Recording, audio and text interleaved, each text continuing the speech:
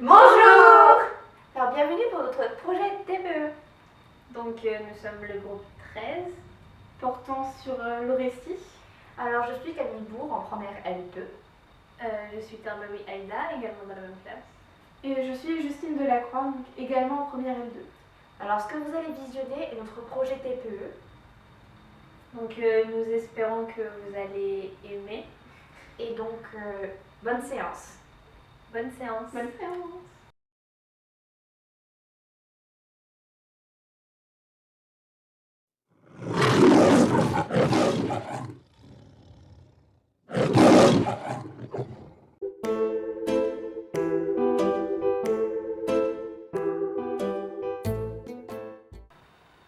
Bonjour et bienvenue sur notre making-of de notre film qui s'appelle Justice à Athènes. Inspiré directement de l'Orestie. Alors déjà, je me présente, je suis Marilyn Monroe. Je m'appelle Emma Watson. Et je suis Kerry Washington et nous sommes les 3 réalisatrices de ce film. Voilà. Donc on va vous en parler un peu du coup. Et donc comme on l'a dit au début, donc notre film s'inspire librement de l'Antiquité. Et donc vu qu'il s'inspire librement de l'Antiquité, alors notre troupe a une particularité, elle est constituée uniquement de 3 acteurs. On a voulu faire justement comme dans la période antique ou dans les théâtres en fait. Il n'y avait pas beaucoup d'acteurs sur scène, ils étaient vraiment très très peu et on distinguait les personnages grâce à des masques. Donc on a voulu retranscrire ceci dans notre film avec seulement 3 acteurs donc Portant qui des portent des masques. Voilà. L'Orestie, c'est une trilogie donc écrite par Échille à l'Antiquité en moins 490. Donc elle est constituée de 3 pièces. Agamemnon, les Coëphars et les Zénides. Donc dans la première pièce, Agamemnon. Donc en fait ce dernier rentre de la guerre et se fait assassiner chez lui par sa femme Clytemnestre et son amant Égiste. En fait, dans la deuxième pièce, c'est Oreste, le fils d'Agamemnon et de Clytemnestre, qui s'était enfui de sa vie en fait, tout simplement pour survivre, qui va revenir dans sa ville natale, donc auprès de sa sœur Électre, et qui va venger son père en tuant Clytemnestre et Égiste, donc son amant. Donc nous pouvons voir que dans la dernière pièce de cette tragédie, les Euménides, Oreste est poursuivi par les Érénies. Et nous pouvons voir également que Oreste va voir Apollon pour qu'il puisse le laver de sa souillure suite à ses crimes en fait. Et donc après tout cela, il y aura une sorte de procès avec Athéna, les Érénies, Apollon et Oreste, donc l'accusé, et ce dernier sortira vainqueur de ce procès. Et donc en fait notre film va s'axer sur une problématique qu'on trouvait vachement importante de mettre en avant comme ça. Et la problématique qui est donc la vision de la justice que l'Orestie nous transmet. Donc c'est vraiment l'acte des directeurs de notre film, hein. C'est sur quoi on se base vraiment, voilà. Donc notamment pour ça en fait on a voulu se baser sur 3 choses. 3 actes directeurs sur lesquels notre film va reposer. Donc déjà la réflexion de la justice dans une période troublée. Donc nous parlons aussi de la vengeance vers la justice. Voilà. Merci. Donc bon making of. Voilà, on espère que vous avez aimé.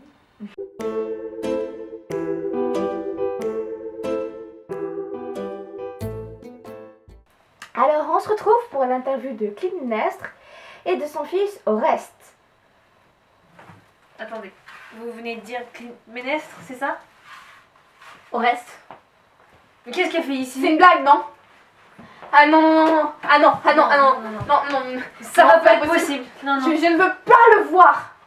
Je vous rappelle que c'est celui qui m'a tué et c'est le fils d'Agamemnon. Comment oses-tu parler de mon père de cette façon? Mais nous n'étions même pas une famille, comment peux-tu oser encore l'appeler père? Tu penses que ton père, y pensait aux valeurs de la famille quand il a décidé de sacrifier ta sœur, ma pauvre petite chérie Iphigénie, et qu'il a décidé de la sacrifier en la jetant par-delà les falaises? C'est triste pour notre sœur, je l'avoue, mais il a fait ça pour maintenir la paix dans Argos, pour que la colère des dieux s'apaise.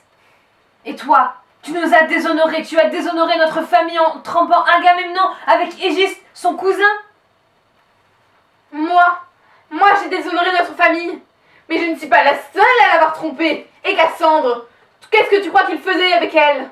C'était juste une prophétesse, Cassandre. Une prophétesse.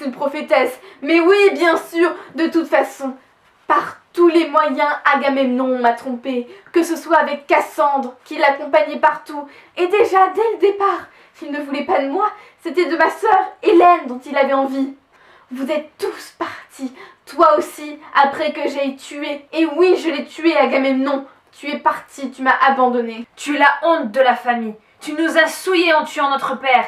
Et nous, à notre tour, nous t'avons tué pour laver l'honneur de notre père. C'en est assez. Je ne peux plus rester ici.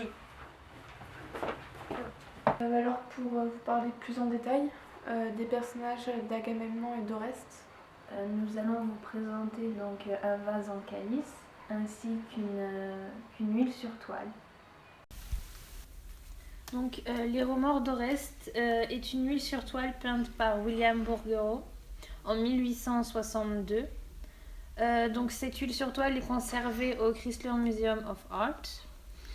Donc, au centre de la pièce, nous pouvons voir Oreste dans une position suppléante. Et tout autour de lui, il y a les Érénies. Donc, on peut voir qu'ils sont dans un décor sombre, un peu comme dans l'antre des Érénies, où elles sont là à pointer le crime qu'Oreste a commis. Donc sur leur visage, on peut voir de la rage ainsi que de la colère. Une d'entre elles tient une torche. Elles ont toutes les trois des serpents sifflant sur leur tête. Et dos à Oreste, on peut voir Clytemnestre avec un couteau dans sa poitrine. Je vais donc vous présenter ce cratère en calice attique par un peintre de la Dalmatie. Donc nous n'avons pas plus d'informations à propos de ce vase car il y en a eu énormément. Il est possible de le retrouver sur le livre de Thomas Carpenter, Les mythes dans l'art grec. C'est un cratère en calice. Donc cette technique de vase apparaît vers 530 avant Jésus-Christ. Cela permet de mettre en perspective la musculature des personnages représentés et d'avoir des détails extrêmement précis. Alors sur ce vase, nous pouvons voir deux faces séparées par deux colonnes. Dans la première, est représentée la mort d'Agamemnon. Donc on voit Agamemnon représenté enfermé dans un filet de pêche, menacé par Égiste d'une épée, avec derrière Égiste, on peut voir Clytemnestre reconnaissable à la hache qu'elle tient à la main, qui encourage Égiste à tuer Agamemnon. Derrière Agamemnon, nous pouvons voir Électre, sa fille, ainsi que derrière Clytemnestre, nous pouvons apercevoir l'autre fille de Clytemnestre et d'Agamemnon, qui est Chrysothémis. De l'autre côté, s'enfuyant, nous pouvons apercevoir Cassandre. Sur la face B de ce vase, de ce cratère, nous pouvons voir le meurtre d'Égiste. Cette fois-ci, c'est le fils d'Agamemnon, Oreste, qui vient se venger et donc, à son tour, muni d'une épée, menace Égiste de le tuer. Clytemnestre défend son amant, on la reconnaît encore une fois grâce à sa hache. Sur le côté, à la droite d'Égiste, on peut reconnaître également Électre qui encourage son frère d'achever Égiste grâce à sa lyre.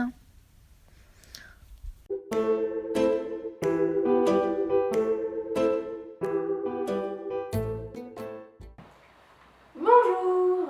Alors, nous sommes les acteurs respectivement d'Athéna et d'Apollon. Donc nous représentons les dieux qui apparaissent dans l'Orestie, dans les Euménides. Et puis Apollon, on t'a mentionné dans les Coéphores. Voilà. Alors en fait, nous sommes ici pour vous parler donc un peu des rôles, de pourquoi ils sont ces pièces et qu'est-ce que les dieux y font. Alors tout d'abord, je vais vous parler d'Apollon. Donc comme ma collègue l'a dit, Apollon est mentionné déjà dans les Coéphores. En effet, on apprend en fait que Apollon conseille à Oreste de tuer sa mère. Donc par la suite, en fait, il va un peu agir comme son avocat. C'est également lui qui, lorsque Oreste viendra au temple de Delphes, va le purifier de sa souillure. Et ensuite, il va le conseiller d'aller au tribunal d'Athéna afin que son affaire soit jugée et qu'on sache s'il est rendu coupable ou non du meurtre de sa mère ou s'il sera acquitté car cette dernière avait effectivement égorgé son mari, donc le père d'Oreste. Donc comme dit plus tôt, donc les Euménides se trouvent, la pièce se joue à différents endroits, donc 2 endroits. Donc le premier devant le temple de Delphes, donc le temple d'Apollon, puis ensuite devant le temple d'Athéna à Athènes. Donc j'y vais apparaître devant Oreste et je créerai un tribunal pour que nous puissions juger de l'affaire. Ainsi, alors que mon compagnon ici présent joue plutôt le rôle d'avocat, moi je joue plutôt en fait le rôle de juge, où je vais juger donc soit Oreste coupable du meurtre, ou soit les Euménides qui ont raison donc, de poursuivre Oreste. Que dire de plus? Oui, déjà, alors, donc, en tant que juge, je vais apporter ma voix au tribunal de l'Aréopage et donc déclarer Oreste innocent donc, de la peine que les Hérénies l'accablent. Donc les Hérénies seront vertes de rage, vraiment, et donc pour éviter que cela ne dégénère, je vais les calmer et les demander de rester sur mes terres, donc leur promettant des honneurs et les sacrifices qu'elles n'ont jamais eus, leur disant par exemple au vers 885 « Nulle maison ne pourrait prospérer sans toi », parlons donc au Coéphore, ou bien au vers 901 « Reste donc sur la terre où tu seras aimé ». Nous sommes les Hérénies. Je suis Alecto, l'implacable, et voici mes sœurs. Tisiphone, la vengeance. Mégère, la haine. Notre venue au monde a été causée par la vengeance des enfants d'Ouranos. Un soir, ils le surprirent dans son sommeil et il lui coupa les parties génitales.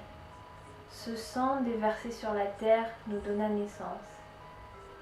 Nous sommes représentés avec des gouttes de sang qui coulent sur notre visage, des fouets, des torches et également des serpents en guise de cheveux. Dans la deuxième pièce de l'Orestie, les Coéphores, Clyménestre nous désigne comme ses chiennes. Elle dit « Prends garde à la furie des chiennes de ta mère » vers 624, terme repris par Oreste, les chiennes furieuses de ma mère. Nous sommes les représentants de la haine, de la vengeance. Nous sommes des divinités infernales qui enflamment la haine et la fureur dans les cœurs humains et nous déclenchons aussi des guerres. Nous sommes des déesses de l'épouvante, nous sommes monstrueuses et vengeresses. Et on chasse jusqu'à la mort les meurtriers ayant commis des crimes tels que les matricides.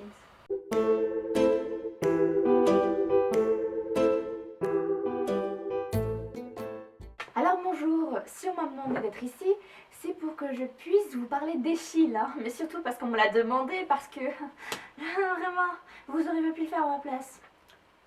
Enfin bref. Marie, il faut que tu le fasses. Alors Échille, donc c'est donc l'auteur de la trilogie de l'Orestie, dont on vous parle depuis tout à l'heure. Alors il est né en moins 525, oui, au nord-ouest d'Athènes, et donc un citoyen athénien. De la noblesse, il est mort par contre en moins 456 en Sicile. Donc durant sa vie, il a remporté de nombreux concours dramatiques grâce à ses tragédies.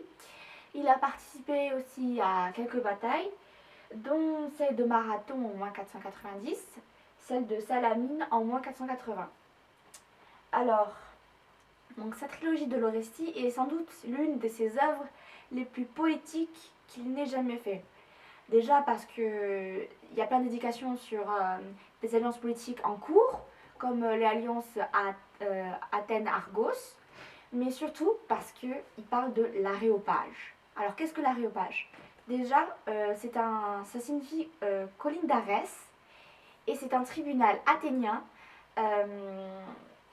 qui donc recueillait les citoyens nobles. Donc en fait, lorsque Athéna choisit de juger l'affaire, elle choisit pas n'importe quel tribunal, elle choisit donc le tribunal de l'Aréopage. Or, lorsque l'Orestie fut écrite, juste avant, donc en moins 461, il y a des réformes qui a raccourci le pouvoir de l'aréopage. Et donc dans cette œuvre, Échille impose l'aréopage et lui donne une légende, on va dire, où il est nommé par Athéna, donc il a un pouvoir déjà. Et il a un pouvoir décisionnel extrême parce que donc dans la scène, il permet de choisir entre Apollon, et les Érénies, entre le vieux pouvoir, donc les Érénies, et le jeune pouvoir Athénon. Apollon et Athéna, pardon. Donc voilà. Et donc sans Athéna, sans la voix d'Athéna, le tribunal aurait choisi en majorité la voix des Érénies, donc l'ancien pouvoir. Sauf qu'avec la voix d'Athéna, le pouvoir nouveau triomphe et Oreste gagne. Donc ça peut illustrer le fait que les Athéniens sont un peu perdus, le conflit intérieur entre les Athéniens, entre le jeune et le vieux pouvoir qui n'arrive pas à choisir. Et surtout, ça affirme le point de vue d'Échille. Donc l'aréopage est pour le vieux pouvoir. Donc les Érénies à la fin ont perdu, et Athéna demande aux Érénies de venir dans sa ville pour les réintégrer, pour intégrer l'ancien pouvoir au nouveau pouvoir. Et c'est donc ce que voudrait faire Échille, intégrer le vieux pouvoir, l'aréopage, au nouveau pouvoir, au lieu qu'il soit totalement écrasé par la nouvelle réforme. Donc une trilogie politique.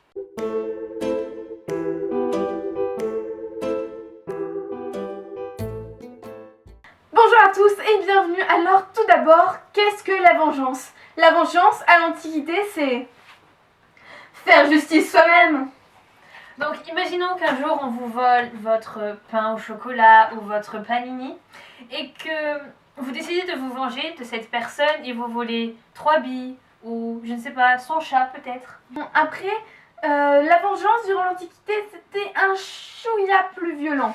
Par exemple, lorsque Clytemnestre a décidé tout simplement d'assassiner son mari. Bon, faut dire aussi qu'Agamemnon avait accidentellement sacrifié leur fille aux dieux et l'avait accidentellement délaissé durant quelques années pour aller faire la guerre.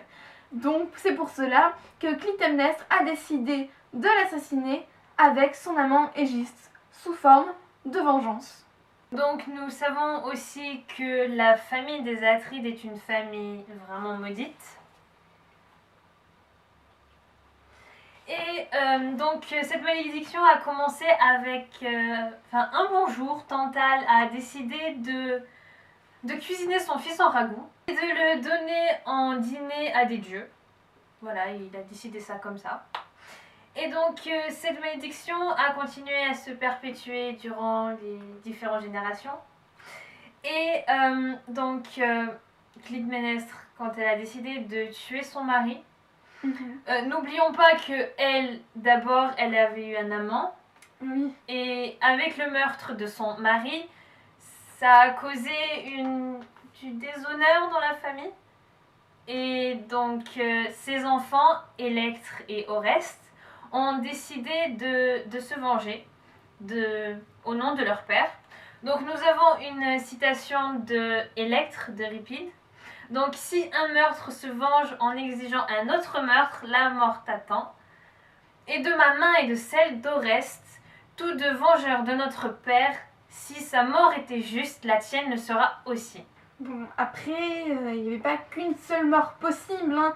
Il y avait tout plein de morts. Bon, on en voit pas mal d'ailleurs hein, dans l'histoire de l'Orestie. Bon, alors déjà, il y a l'homicide. Un homme ou une femme tue un homme ou une femme. Par exemple, lorsque Clytemnestre tue Agamemnon. Bon, il y a également des matricides, justement, lorsque Oreste et Électre décident de se venger de la mort de leur père et donc tuent leur mère Clytemnestre. Bon, il y a aussi des infanticides lorsque Agamemnon tue Iphigénie. Donc il y a aussi différents niveaux de châtiment. Donc pour le citoyen, donc, il est soit exilé, soit il est empoisonné. Et donc pour les femmes ayant commis un adultère, donc elles sont jetées d'une falaise. Et le plus violent, je trouve, des châtiments, ce sont les esclaves qui sont crucifiés.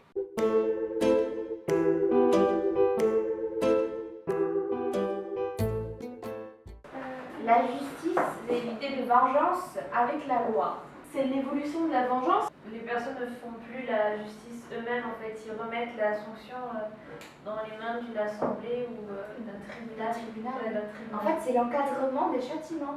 J'ai vu d'ailleurs une super citation d'Aristote. Je me souviens plus trop du livre. Excuse-moi. On était ensemble. Je crois que c'est quelques vues sur la vengeance.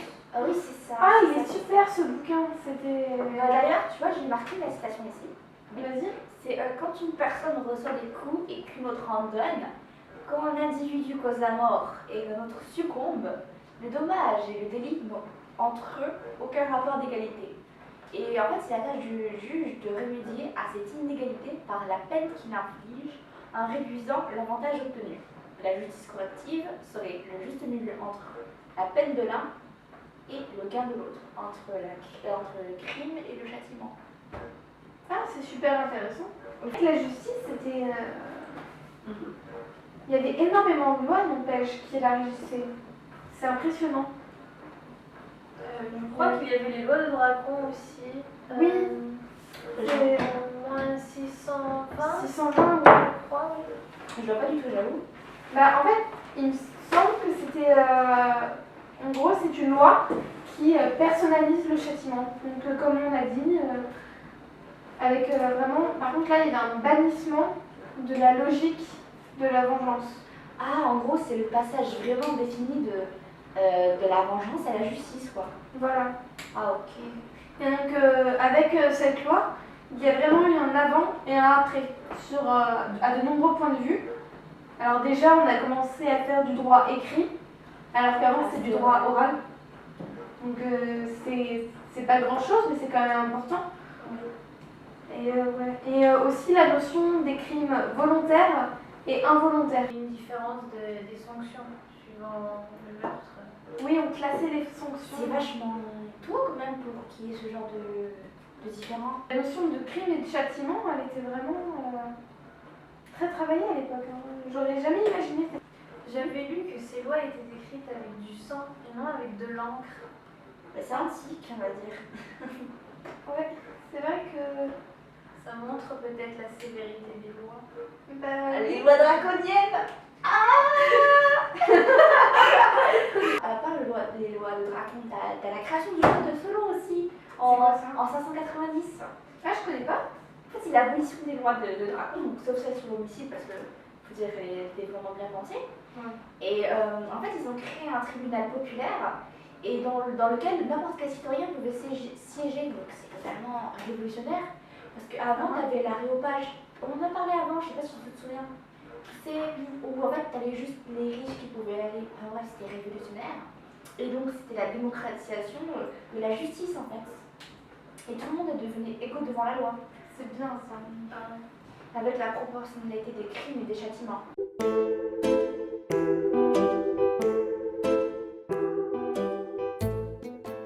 Alors moi je vais parler de la vision de la justice qu'ont les Érénies.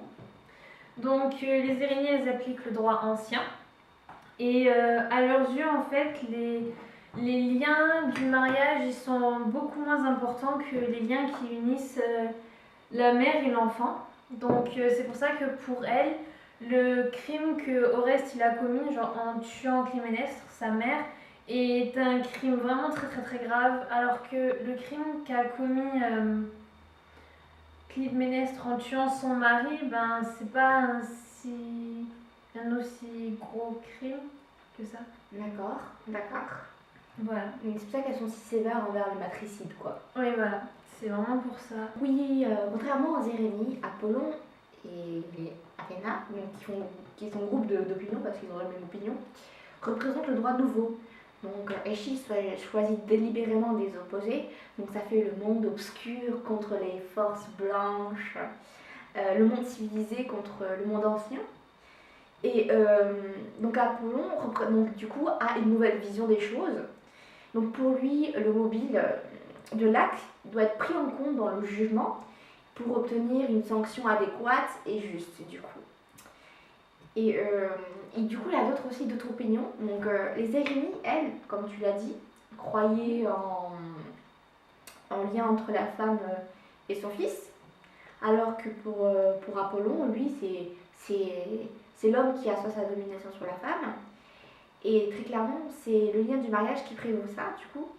Et en fait, il va même jusqu'à avancer à un moment que les femmes ne servent qu'à abriter la semence du mal, donc elles n'ont pas vraiment leur place ici.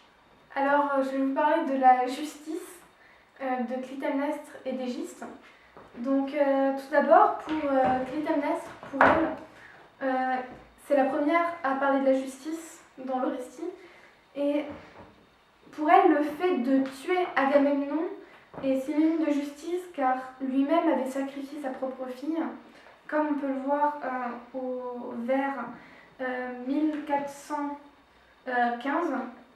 Il sacrifia sa propre fille, ma plus chère douleur, pour apaiser les vents de Thrace. N'est-ce pas lui qu'il te fallait expulser du pays pour en expier la souillure? Donc, en effet, elle exprime que pour elle, il a tué sa fille alors qu'elle n'y était pour rien. Donc, ainsi, pour elle, il est justice de le tuer. Donc, également, elle le répète un peu plus tard, par la justice de mon enfant qui s'est désormais accomplie, par la ruine et par l'Érénie pour qui j'ai égorgé cet homme. Donc, pour elle, il n'est que justice. Pour Égiste aussi, également, tuer Agamemnon signifie faire la justice, car Agamemnon est censé l'avoir chassé de son pays, de son royaume, et donc pour lui, il reprend ses terres, il reprend ses droits. Rebonjour. Donc voilà, c'est une fin de tournage. Enfin, c'était fatigant. Mais qu'est-ce qu'on était bien. J'ai beaucoup apprécié en tout cas de tourner avec vous, donc je vous remercie maintenant. Et en fait, on voulait vous faire une petite vidéo pour conclure, faire le bilan de ce que vous avez vu, donc du making-of, et aussi du film en fait. Ouais. Donc il ne faut pas oublier de rappeler notre axe principal, qui est donc quelle vision de la justice l'Orestie nous transmettait. Donc nous avons essayé d'y répondre tout le long de notre film. C'était l'axe principal. On a essayé de s'y concentrer vraiment, parce que c'est vraiment important pour ce film. Donc on peut voir en fait que c'était surtout un témoignage du passage entre la vengeance et la justice. Que c'était vraiment, que l'Orestie c'était comme s'il y avait un relais de passé. Donc, et ce relais qui garde toujours les marques en fait de la vengeance vers la justice. Surtout parce que la vengeance avant et la justice n'avaient pas une limite précise. Et dans le récit, elles prennent enfin chacun leur propre définition. Et c'est ce qu'on a voulu retranscrire dans ce film. Donc nous pouvons voir aujourd'hui que certains metteurs en scène s'intéressent à la tragédie de l'Orestie, comme nous. Par exemple, en ce moment, Romeo Castellucci, un célèbre metteur en scène, est actuellement en tournée avec une version organique de l'Orestie. Donc nous pouvons voir aussi que ces metteurs en scène gardent les grandes idées de l'Orestie. Donc comme nous, la justice et la vengeance. Donc comme quoi, ces idées-là ne passionnent pas que nous. Ils ont un renouveau d'intérêt, un regain d'intérêt. Voilà, c'est une pièce qui reste malgré tout très moderne et qui intéresse beaucoup de gens. Donc sur ce, on va vous quitter. Donc Voilà. ce making-of est à présent terminé. On espère que vous avez aimé. On vous dit peut-être à une prochaine fois. Pour un nouveau film et un nouveau projet. Donc, au revoir. Au revoir.